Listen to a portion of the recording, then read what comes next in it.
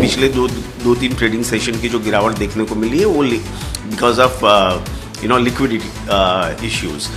ऐसे मार्केट में जो रिटेल इन्वेस्टर्स हैं तो उनको बिल्कुल रुक जाना चाहिए, उनको ना इसे बहुत तेज़ी से निकलने की कोशिश करनी चाहिए, ना खरीदने की कोशिश करनी चाहिए। हमने देखा फ्राइडे को भी there was a dip cut, market में काफ़ी गिरावट देखने को मिली थी और उसका reason, one of the main reason ऐसा कहा जा रहा है कि जो जापानीज सेंट्रल बैंक है उन्होंने इंटरेस्ट रेट बढ़ाया। इंटरेस्ट रेट बढ़ाने से क्या हुआ, उनका येन अप्रिशिएट हुआ डॉलर के मुकाबले, और वो अप्रिशिएट हुआ तो जो कैरी ट्रेड होता है जो ट्रिलियन ऑफ डॉलर में रन करता है वर्ल्ड ओवर, उसमें अनवाइंडिंग हो रहा है।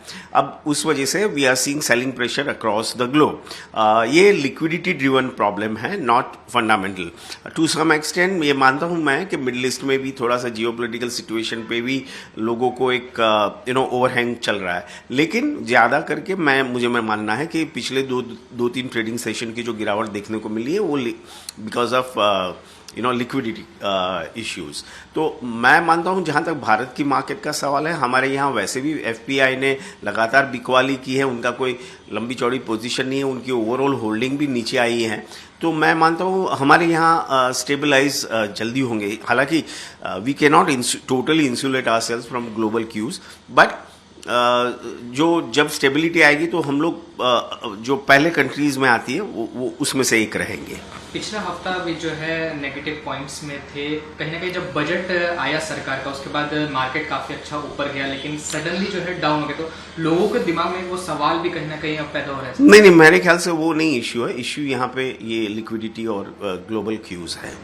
सर, इन्वेस्टर्स को आज के लिए आप क्या राय देना चाहेंगे और इस हफ्ते के लिए? देखिए, जब कभी भी हमने देखा है कि जब भी डिप्स आए मार्केट में तो they been bought over and very quickly.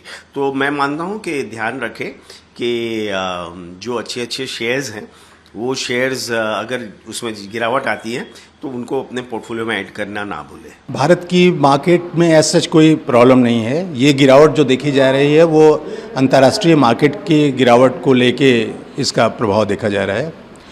देखिए, भारत की जो शेयर मार्केट है इस समय काफ़ी पीक पे चल रही थी, बजट के थोड़ा पहले, और बजट में थोड़ा प्रभाव पड़ा था, उसके बाद फिर से वो दोबारा से रिकवर कर गई थी और बहुत अच्छी पोजीशन पे चल रही थी।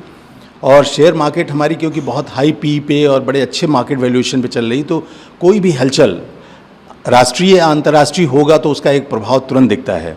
तो सडनली जब अमेरिका की जॉब मार्केट सिचुएशन थोड़ा सा प्रभावित हुई, जो रिपोर्ट आई है, वहाँ की इकॉनमी में जो टाइटनेस की रिपोर्ट आई है, साथ में कुछ जापान में भी रिलेटेड इश्यूज़ हैं, तो वहाँ की मार्केट जैसे ही गिरी है, करेक्शंस के मोड में आई हैं, तो उसका ये कॉन्सिक्वेंशियल इफेक्ट भारत की मार्केट पे देखने को मिल रहा है। मुझे लगता है कि ये गिरावट जो है सेटल डाउन होगी, लेकिन अंतर्राष्ट्रीय मार्केट के ऊपर ये उसका प्रभाव पड़ता रहेगा। अगर वो और गिरती है तो यहाँ भी और करेक्शन की संभावना है। जी, तो सर, ऐसे मार्केट में इन्वेस्टर्स को क्या करना चाहिए? देखिए, ऐसे मार्केट में जो रिटेल इन्वेस्टर्स हैं तो उनको बिल्कुल रुक जाना चाहिए, उनको ना इसे बहुत तेज़ी से निकलने की कोशिश करनी चाहिए, ना खरीदने की कोशिश करनी चाहिए, क्योंकि ये उठापटक की मार्केट है।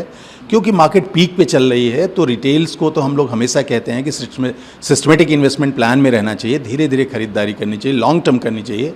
लेकिन जो रेगुलर ट्रेडर्स हैं उनको थोड़ा सा संभल के काम करना चाहिए।